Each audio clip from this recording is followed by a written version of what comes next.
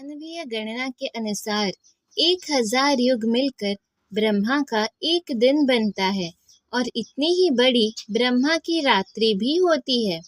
तात्पर्य: भौतिक ब्रह्मांड की अवधि सीमित है। यह कल्पों के चक्र रूप में प्रकट होती है। यह कल्प ब्रह्मा का एक दिन है जिसमें चतुर्युग, सत्य, त्रेता, द्वापर तथा कली के 1000 चक्र होते हैं। सतयुग में सदाचार, ज्ञान तथा धर्म का बोलबाला रहता है और अज्ञान तथा पाप का एक तरह से नितांत अभाव होता है। यह युग 17,28,000 वर्षों तक चलता है।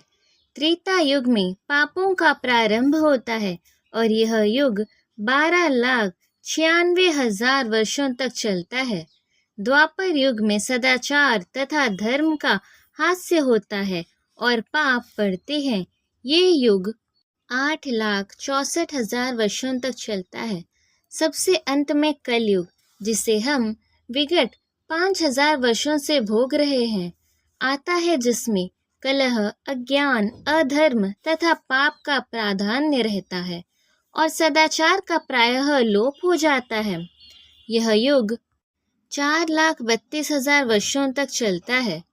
इस युग में पाप यहाँ तक बढ़ जाते हैं कि इस युग के अंत में भगवान स्वयं कल की अवतार धारण करते हैं, असुरों का संहार करते हैं, भक्तों की रक्षा करते हैं और दूसरे सतयुग का शुभारंभ होता है। इस तरह यह क्रिया निरंतर चलती रहती है। ये चारों युग एक सहस्त्र चक्र कर लेने पर ब्रह्मा के एक दिन के तुल्य होते हैं।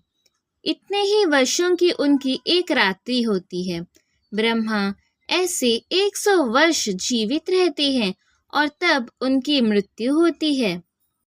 ब्रह्मा के ये 100 वर्ष गणना के अनुसार पृथ्वी के 31 खरब 10,040 अरब वर्ष के तुल्य है। इन गणनाओं से ब्रह्मा की आयु अत्यंत विचित्र तथा न समाप्त होने वाली लगती है, किंतु नियतता की दृष्टि से यह बिजली की चमक जैसी अल्प है। कारणव में असंख्य ब्रह्मा अटलांटिक सागर में पानी के बुलबुलों के समान प्रकट होते और लोप होते रहते हैं। ब्रह्मा तथा उनकी सृष्टि भौतिक ब्रह्मांड के अंग है, फलस्वरूप निरंतर परिवर्तित होते रहते हैं। इस भौतिक ब्रह्मांड में ब्रह्मा भी जन्म, जरा, रोग तथा मरण की क्रिया से अछूते नहीं हैं, किंतु चूंकि ब्रह्मा इस ब्रह्मांड की व्यवस्था करते हैं, इसलिए वे भगवान की प्रत्यक्ष सेवा में लगे रहते हैं। फलस्वरूप उन्हें तुरंत मुक्ति प्राप्त हो जाती है। यहाँ तक कि सिद्ध सन्यासियों को भी ब्रह्मलोक भेजा जाता है, जो इस ब्रह्मांड का सर्वोच्च लोक है। किंतु काल क्रम से ब्रह्मा तथा ब्रह्मलोक के सारे वासी प्रकृति के नियमानुसार मरणशील होते हैं। जब जब ब्रह्मा का दिन आता है तो सारे जीव प्रकट होते हैं और ब्रह्मा की रात्रि होते ही वे असहायवत विलीन हो जाते हैं।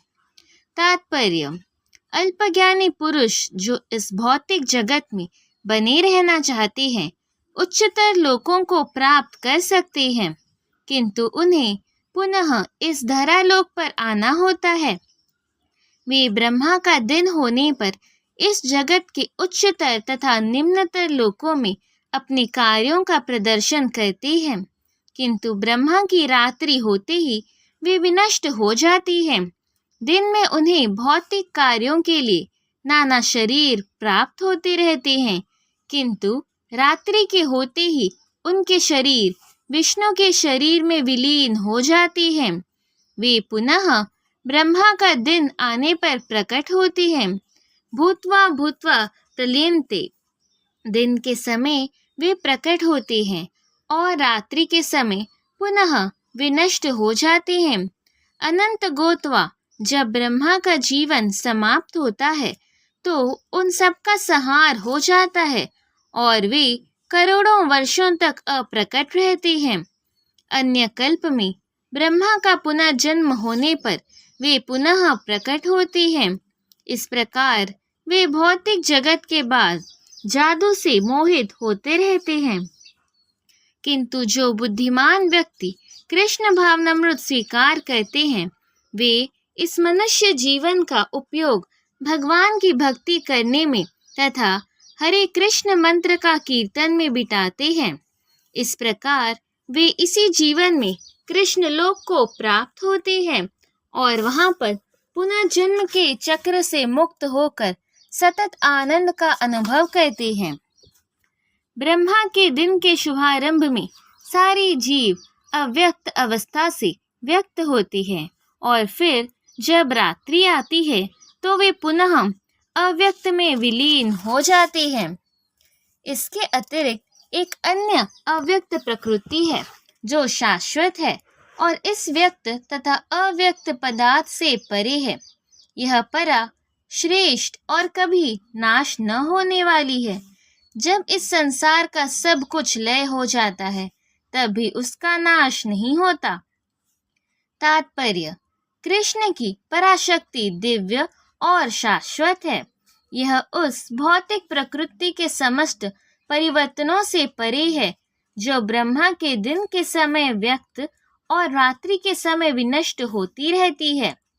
कृष्ण की पराशक्ति भौतिक प्रकृति के गुण से सर्वथा विपरीत है। परा तथा अपरा प्रकृति की व्याख्या 7वें अध्याय में हुई है।